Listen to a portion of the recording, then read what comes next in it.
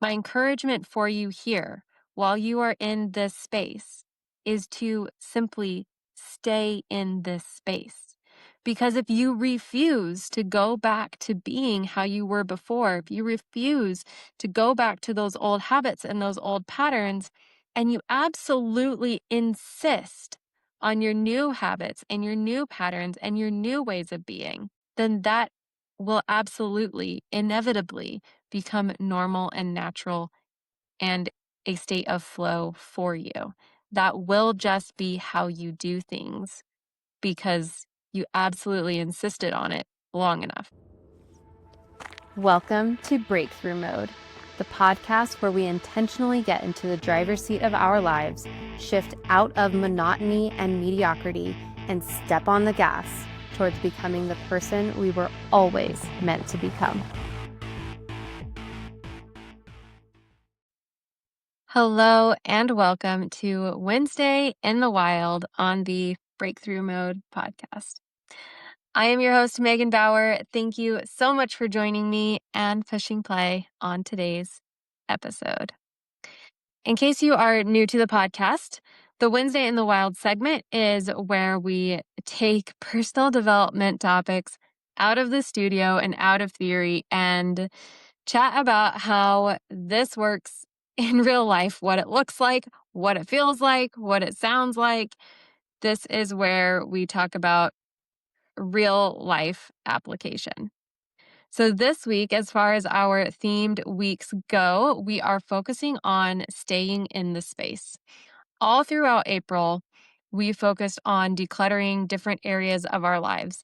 And often, what happens after decluttering is that all of the space that we just made, all of the clearing that we just did, it feels like it doesn't stay empty or spacious for long.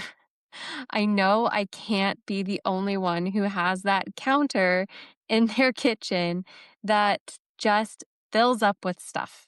Like it feels like it doesn't matter how much I clean it off, how much I take things away, whatever, it always collects things. It just has become this like the counter for dumping, for piling, for all of the stuff that we don't know what to do with. It all lands there. And sometimes when we clear out space in our schedules, or we clear out real physical things, or we start letting go of habits or ways of being, it feels like that counter, that it's just, once it's clear, it's a magnet for whatever to just land there. And it's easier to see when we're talking about physical space. And it's definitely very abstract when we're talking about dropping habits or stopping a certain way of being or a certain thought pattern or a certain perspective. However, the ease is correlated to the difference it makes. If I had that counter cleared off every single day, and yet I couldn't maintain the same discipline with my thoughts, the counter's not going to make that big of a difference in my life, in my happiness, in the progress that I feel like I'm making.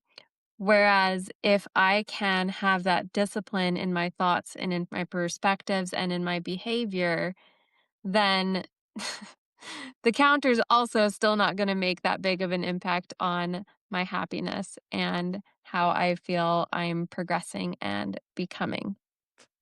So there are several places that we tend to fill up the space and not just physically. We do this a lot with our time and with our attention. And as I was thinking about this episode, I was like, on the whole, we are really good about occupying our time and our attention. And sometimes we are too good at it because even when we're not busy, we're not productive, we're not, you know, doing our work or, you know, creating something or actively in the process of doing, we fill up our time and our attention some other way. We grab our phones, we take a nap, we read, we even just people watching, right? We are very good at using up all of our time and all of our attention in one way or another. And I want to be clear here, it's not that any of those things are a bad thing. I'm never going to demonize one activity over another because you can take any activity to excess. The point here is to be intentional.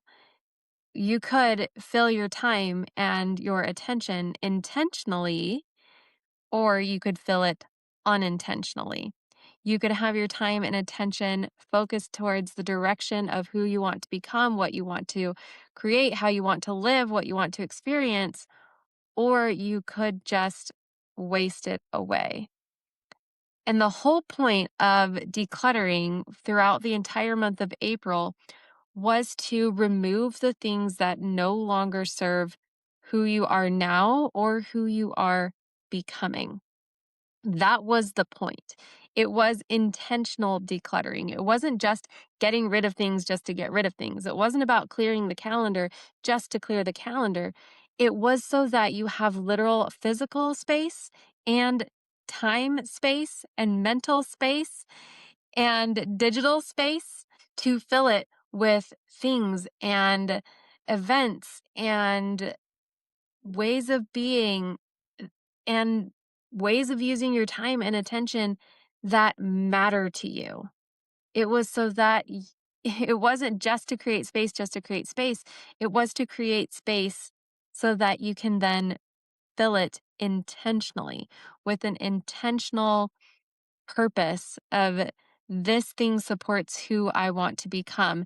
This activity, this event, this project, this way to use my time, this place for my attention. These are all things that help me become who it is I want to become.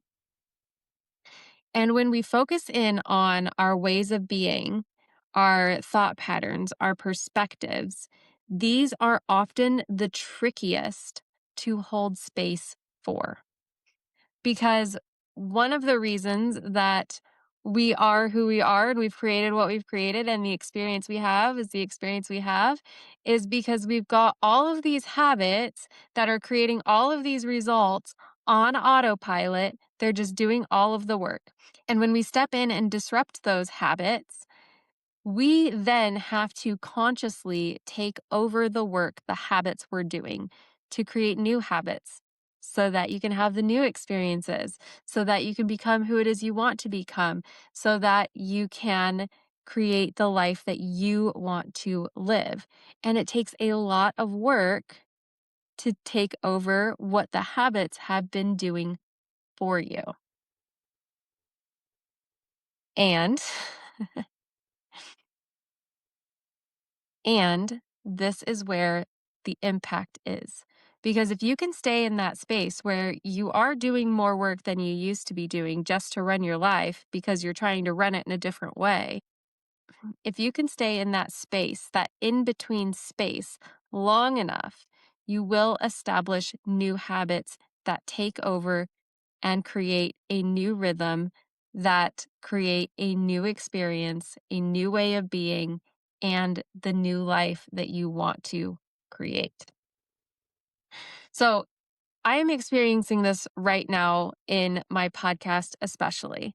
Previously, I just recorded whatever called to me in whatever order felt good, and it, it just, and each episode was just its own standalone thing. And I kind of started to tie together the Monday mornings and the Friday full lengths.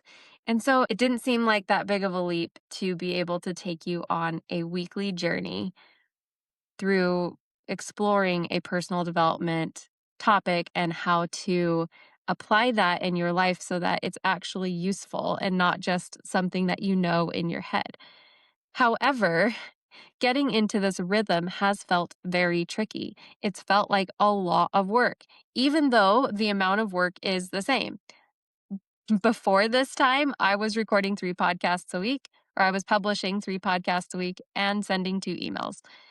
And now I'm publishing 3 podcasts a week and sending 2 emails. The amount of work is the same, but this layer of intentionality of building out a journey throughout the week for you has felt more difficult. It has felt like there has been some friction. And there has been parts of me that's just like, ugh, I should just go back to how it was because that was way less strenuous. It was way easier. And, like it was just, it wasn't as much work.